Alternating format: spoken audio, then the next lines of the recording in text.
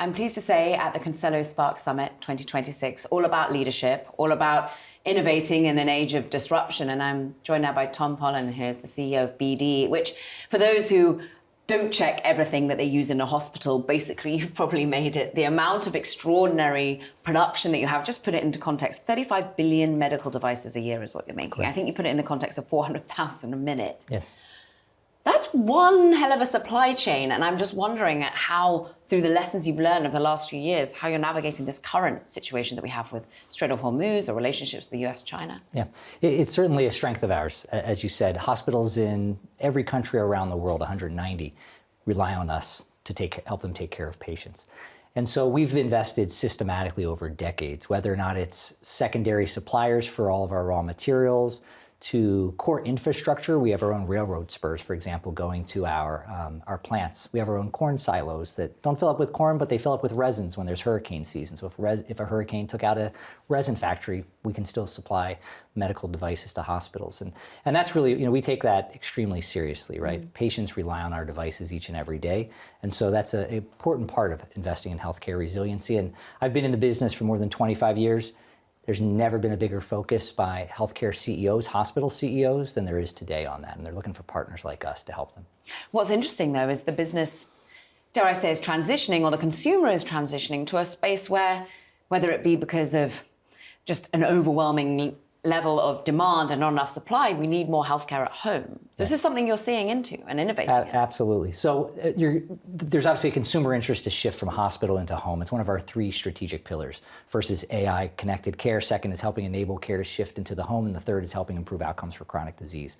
And so whether or not it's infusions at home or helping deal with urinary incontinence or oncology treatments at home, it's a huge focus of ours. And obviously there's going to be an increasing digital pathway between people at home and feeding that data into hospitals, and it'll become ubiquitous. Other big area that we're helping is we have robots that are running a lot of the retail pharmacies today. So if you go online and order drugs, they'll show up to your house 2 hours later.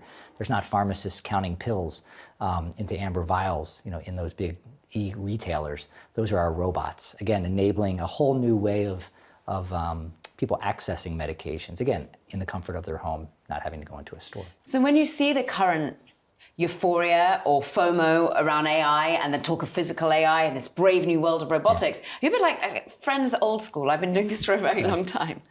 It's going to be, we're going to look back 10 years from now, and what we're doing today will feel archaic, right? Yeah. The way that, we're using AI today, for example, if patients in an ICU, we can predict what's going to happen to them 15, 20 minutes from now and intervene to prevent it from ever happening. It's kind of a back to the future situation. And now we can tell a nurse to go intervene. In the future, we'll just have autonomous devices connecting with AI to intervene to just keep patients well. There'll be humanoids eventually bringing in a pillow. You don't need a trained clinician bringing that in to help comfort a patient. It's all going to be heading in that direction, probably faster than many folks think. A decade is a very short period of time, and I think we're going to see a real transformation of healthcare and hospitals in particular over that window. What are the bottlenecks to getting that within that 10-year period? Yeah. Certainly, the technology is moving very quickly. Making sure that it's being done in a safe way, right? It's an area where you can't have errors. Now, obviously, there's human errors, and AI often can be higher quality than that. But it's got to be done in a prudent way where it's tested and then implemented. But you're seeing all of that happening real time. What about the culture, the work culture of a nurse alongside a robot, and what you're seeing in terms of people being willing to want to embrace this brave new working environment? Yeah, we have partnerships with robotics companies, for example, delivering the medications up to the floor so that a nurse doesn't have to walk down to the pharmacy and bring them back up. Of course, they love, that's something that people really appreciate and love.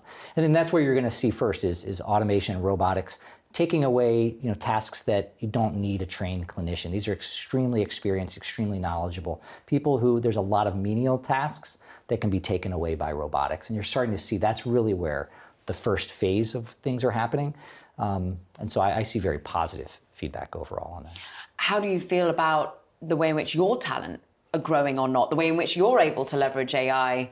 Does that mean you hire fewer people? Are they happy about the efficiencies they're gaining? Yeah.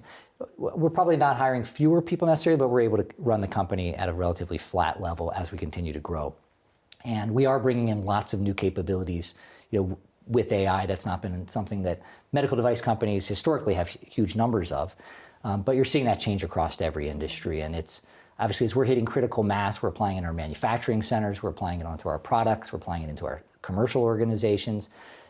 You can see the balls rolling because people are getting more and more excited about the impact that it's having, and they're starting to bring more and more of that talent into their teams. I know you think a lot about lean operations. You think about sort of what the Larry Culp effect is of sort of operational excellence. How does that work when you're building these partnerships? You have a partnership, I think, with Amazon going forward. How do you integrate with these companies in a unique way that makes it all work? Yeah, so we're big into lean and Kaizen. We call it BD excellence. It's actually something huge that with many of our partners, like hospitals. I was with one of our largest hospital systems in the US just last week. And one of the takeaways is invite into our manufacturing plant and see how we do lean. Because it's very, very applicable to how do you improve outcomes, quality outcomes, cost outcomes in a hospital. And so I think we're seeing with many of our partners the practices that it takes to run a large, sophisticated manufacturing network. Many of the solutions that we apply are very applicable to our customers, which is relatively very early stage in them starting to think about it, but there's tremendous opportunity for improvement. And we see more and more opportunities for us to partner, again, from a skill set capability to help improve healthcare from that perspective as well. And Tom, I can't let you go without asking, from the global perspective, where's getting it really right? Where do you walk in and you're like, this hospital system or this level of care is something we can learn and deploy back here in the United States? There's a lot of great healthcare going on around the world. I'd see whether or not there's best practices in Northern Europe, in Asia. There's some obviously phenomenal health systems in the U.S. I think you can really point to this group really has oncology treatment right. This group really has outpatient hospital at home right. I don't think there's anyone who's mastered the entire end-to-end ecosystem. It's extremely complex, but everyone's looking to learn faster than ever before. And I think that's what's exciting about AI as well. There's never been a time in history where you can get better faster than there is right now. And that makes everyone extremely excited. And you can see that, right? Everyone's moving up the curve at a faster pace than I've ever seen before.